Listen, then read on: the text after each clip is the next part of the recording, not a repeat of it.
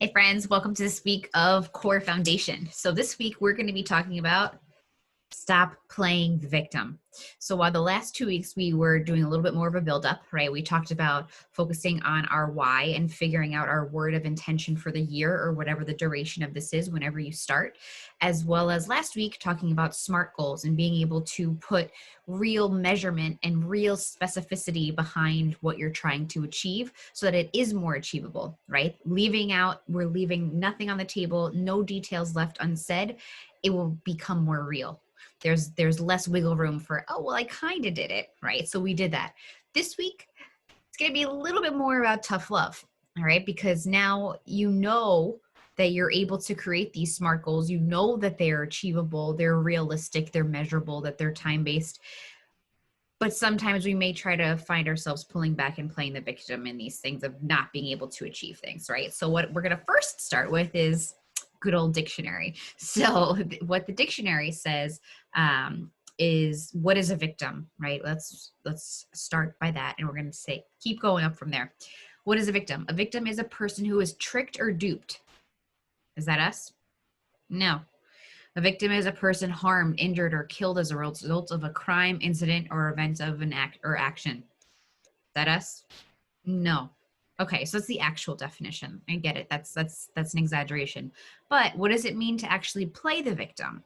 So to play the victim is the fabrication or exaggeration of victimhood for a variety of reasons, such as to justify abuse of others, manipulate others, a coping strategy, attention seeking, or diffusion of responsibility. Gonna let that sink in there for a second. Does that sound a little bit more realistic?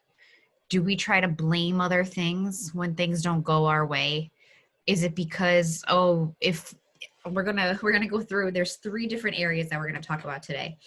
But does any of that sound familiar? Yeah, probably. What I want you to start to understand is that we are to blame for the bad, but we are also to blame for the good. So if something goes well, it's your fault. If something goes wrong, it's your fault. Saying that with a smile so it sounds a little nicer.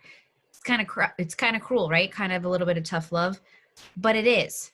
And I know that that's hard to sink in, and I know that it hurts, and it's like it's a stab, but it's true because we are in control. The thing about being a victim is you are helpless, and we are not helpless, and you know that. And that's how we took last week and kind of went over what was your ability, right? You're able, it's attainable, it's reachable, these things. So you're not helpless, which means you're not a victim, and victims have no control. You have all control over your thoughts, over your actions, over what you're actually doing and achieving, over your 24 hours in a day. Okay. So a few things that I'm going to go over. So the first is talking about the haves and the bees. So currently I'm rereading one of my old favorites from college, which is The 7 Habits of Highly Effective People by good old Stephen Covey. And the thing that I keep going back to that he talks about is this circle of control and this circle of influence. So there's so much out there, and now is even more the time to say this, that we cannot control. Okay. And there's also so much out there that we either can or can't influence. So whether we let our circle of control, the things that we cannot control, come and take over our circle of influence, our head's going to be a little bit more messed up, right? Because that means that we're letting all of our external environmental factors come in and tell us what we can and can't do. Versus if we have our circle of influence and we know what we can and we can't do. We know with what's going on in the world, with what's going on in our life, what we have control over and what we don't. So that's our circle of influence.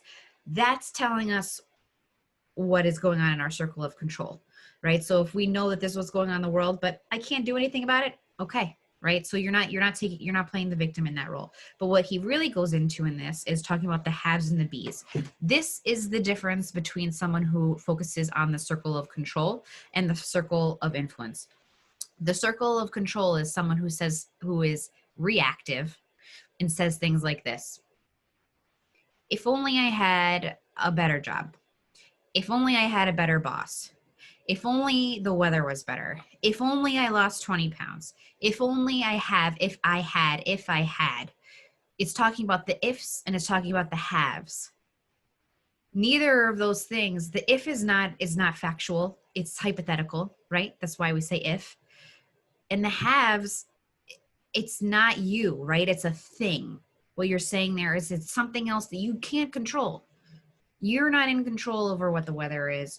And right now at that moment, you hadn't lost the 20 pounds yet. So you can't control what had happened in the past. But what you can do is say what's going to happen in the future.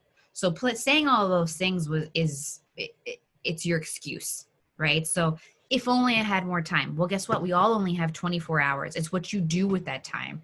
If you change that from saying I don't have the time to I didn't make the time, because the same 24 hours we all have, I think you would shift what you're saying is your priority, because by saying I didn't make the time, you're saying it's not important. So if it's not important, then that's fine. It's fine if it's not important, but then don't say you didn't do something because you couldn't. It's because you didn't make the time versus you didn't have the time. One shift is that. The second shift is, as we started saying, if I only had, if I have, all of those things, and shifting that to be, I can be. So you can shift to say, I can be more loving. I can be more patient. I can be more proactive instead, right? So looking at the same situation. If you wanted to say like, if only I had a more, I don't know, we're talking about relationships, and say, if only I had a more helpful spouse or something like that. And you can say, you can say, I can be proactive with my spouse. I can be patient with my spouse. What can you actually do? Okay. That's the difference between the haves and the bees. So just take that in, think about it for a little, and think about how you can shift. So you'll see that's one of the two worksheets that you guys have to go through and implement this into your own life, is thinking about some of the things that you would say, if only I have, if only I had, and all the differences there, and how you can shift that to say what you can be, what you can do instead. All right. So then moving on to the next one, what are we saying? I want you to go ahead, and the same thing, this is another activity, is write down a list of why you're not achieving your goals. And I know that, and this doesn't need to just be goal-based, but because the last few weeks we've been talking about goals, I think it's a good place to start. List out why are you not achieving your goals? List out, if it's not going to be goal-based, list out why you're not happy. List out why you're not fit. List out why your house isn't the way that you want it to be. List out all of those things, okay? Hopefully you're doing that now. If you want to pause, you can pause. And now I want you to change that to the title of that to your excuses. These are not why you're not achieving your goal. These are your excuses of why you're not achieving your goal, right? And we know that. So now I want you to go ahead, and then that next column in your worksheet, however you're doing this, is write why that's a lie. How are you lying to yourself by saying that that's why you're not achieving your goal? You could say, I'm not, again, you can use the time instance. I'm not working out because I don't have the time. Why is that a lie? Well, that's a lie because I could actually wake up 15 minutes earlier and get a little bit of a workout in. That's a lie because I actually have time at the end of the day, but I choose to watch TV instead. That's a lie. You can go on, right? So you're proving yourself wrong. And it seems a little harsh, but it's going to turn your mind. It's going to help to shift your mind from putting yourself in the victim seat to putting yourself in the driver's seat here. Okay. And then in that third column, we have your why you're not achieving. What's your excuse? Why is that a lie? And then why will I succeed? So that's the action part of this, right? So the first is we're discovering. The second, we're analyzing and reevaluating. And the third, we're putting action behind. So taking that same example, I'm not getting fit because I don't have the time to work out. Well, that's a lie because, again, you have the time at the end of the day and instead you're choosing to watch TV, or you could, whatever. So why will you succeed now if that is your goal to get fit? Because, I actually have that time at the end of the day. And I'm going to take that time at the end of the day. I'm still going to watch my TV shows, but you know what? I'm going to do correlations workout while the TV is on. I'm going to start to make those small changes to get towards my goal. Okay. So that's an example. Of course, I'm going to use the example of getting fit, but take that for any of your examples. Why am I not getting a new job? And you can go ahead and say, I have a bad boss. I'm not, I don't have the right XYZ of credentials. There's nothing out there in the market, blah, blah, blah. Why is that a lie? Well, because there's so many different places that are opening up of new opportunities with the pandemic. Because if you need to go ahead and get credentials, there's so many things right now that you can go ahead and get other sorts of education for free out there. The list can go on, right? So it's a matter of changing and pivoting that mindset from what your excuse is and playing the victim in that of, well, it's kind of just how it is. It's not how it is. It's how you're letting it be. Okay. Don't let it be how you don't want it to be. I want you to go ahead and change. This is the third piece now. This is the final piece that we're going to talk about. I want you to change. So before we had changing the haves to the bees, not the birds and the bees, the haves and the bees, and to change the I don't have time to I didn't make time. And the third thing is playing the most victim role. What is the thing that the common sentence that's said? We say, why is this happening to me?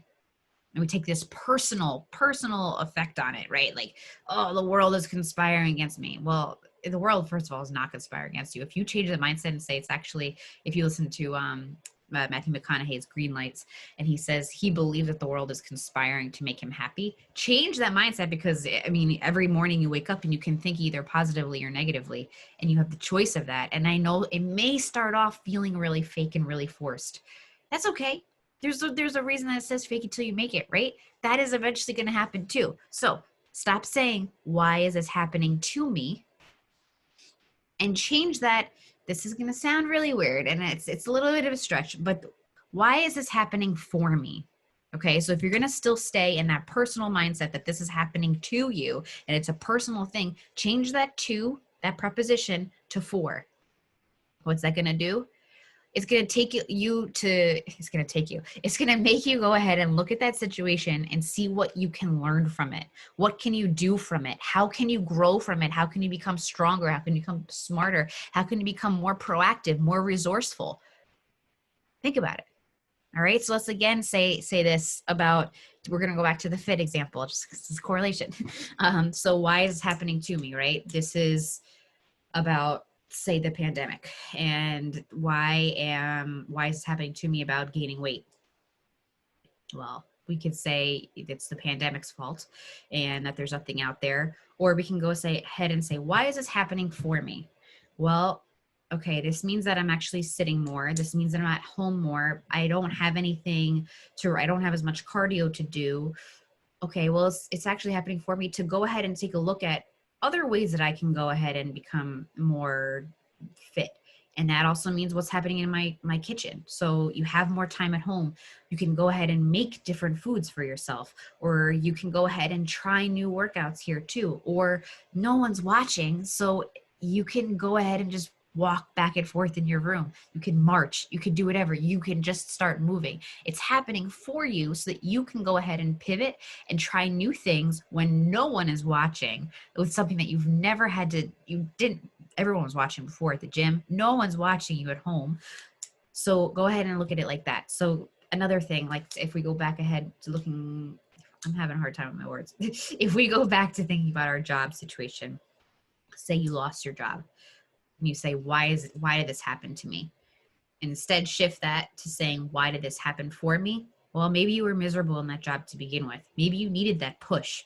Maybe you had to hit that bottom in order to go ahead and grow. I know, again, this is drastic and this is not as uplifting as like going ahead and talking about goals, but sometimes you have to look at that.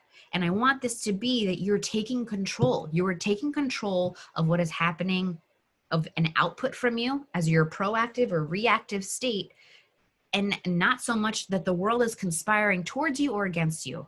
There's only, again, so much that you have an influence over and only so much that you control. You are not the victim. You are the driver of your own goals, of your own life. So take the driver's seat, go ahead and shift it into high gear.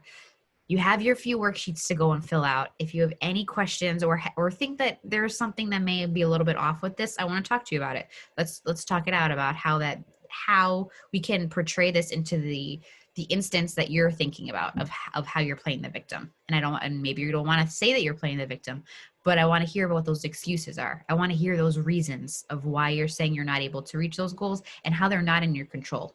Tell me. I think if you look down deep enough, we all do have control. It may be a little bit different, right? And it's not fair. I'm not saying this is not an episode about fair, because I will talk about, I wish things were fair all the time. But the thing that is fair is we have the same 24 hours and we all are in control of our own life, and we all have our own mind, that we have the capability and ability to go ahead and shift that mindset to go ahead and be proactive and own our own life. All right, guys. So stop playing the victim. Start taking that driver's seat. Let's go kick it into high gear, and I'll see you all later. Bye.